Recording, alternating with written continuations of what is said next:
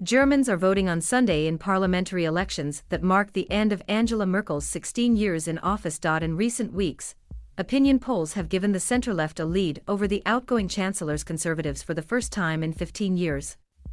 But one thing is clear: whoever wins will have to put together a coalition. Three parties currently believe they could secure enough seats in parliament to do that and choose the next chancellor.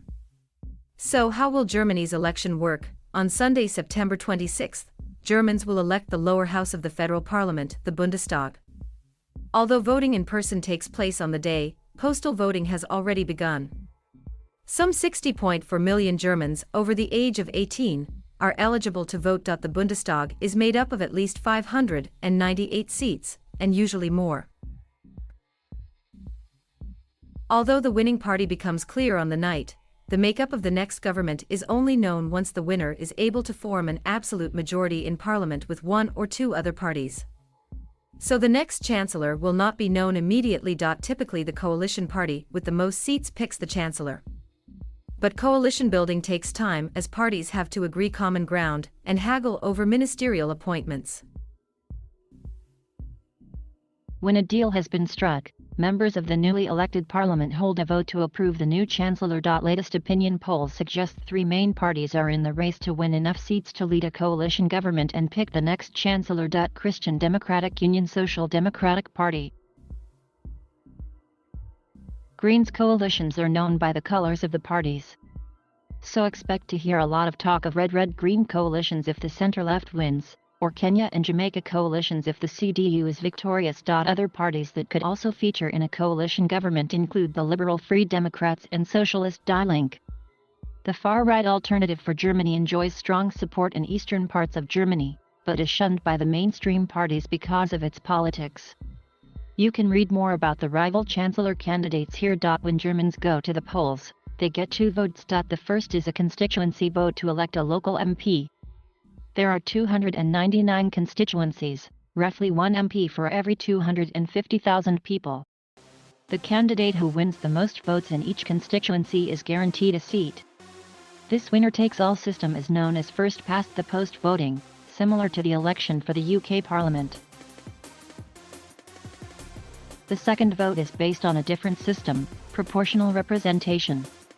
The remaining 299 seats are allocated based on each party's share of the vote, and they are assigned to candidates on ranked lists drawn up by each party. This is the Bundestag's own explanation of the vote.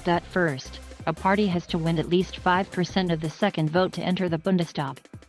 This threshold was designed to prevent small, often radical, parties from gaining power. Then, according to Germany's mixed electoral system, the makeup of parliament must reflect the result of the second vote. The second vote therefore determines the percentage of seats each party will get in the Bundestag and its chances of forming a government. This is the tricky part. The number of seats in parliament can increase if there are imbalances between each party's results in the two votes. So the outgoing Bundestag doesn't have 598 seats, it has 709. Consider this hypothetical example: the CDU wins 110 seats in the constituency vote and 100 seats in the party vote.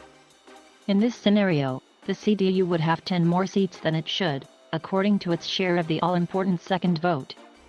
Sometimes voters back a particular candidate and then choose a different party. So, the CDU gets to keep the extra 10 seats, which are known as overhang mandates. However, the CDU now has 10 more seats than it should have, an unfair advantage. To level the playing field, all other parties are assigned so-called balancing seats. This increases the number of representatives for all other parties on a percentage basis. In this example, their seats would increase by 10% of their election results to correct the imbalance. The winners and losers should be clear within hours of the vote closing. That was the case in the last Bundestag vote in 2017, when Angela Merkel delivered a somber speech to mark her party's underwhelming results.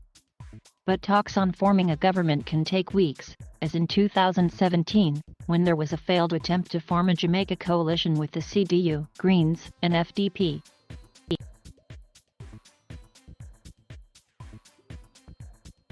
Thank you for watching. Please subscribe.